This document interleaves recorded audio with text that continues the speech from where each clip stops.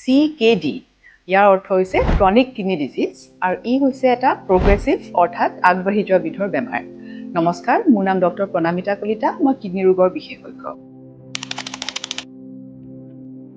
মই দুটামান কথা CKD বা ক্ৰনিক কিডনি ডিজিজ ৰোগৰ কি কাৰণ হ'ব পাৰে এই বিষয়ে ক'ম। ইয়াৰ প্ৰধান কাৰণটো হৈছে ডায়েবেটিছ আৰু দ্বিতীয়তে হৈছে উচ্চ ৰক্তচাপ বা হাই ব্লাড প্ৰেছাৰ।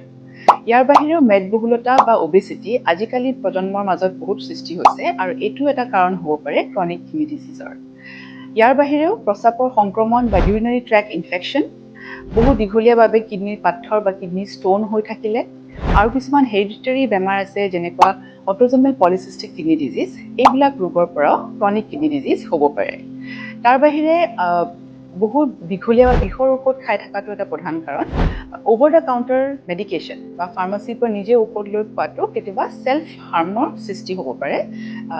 এইসমূহ প্ৰেক্টিছ আমি এভইড কৰিব লাগে।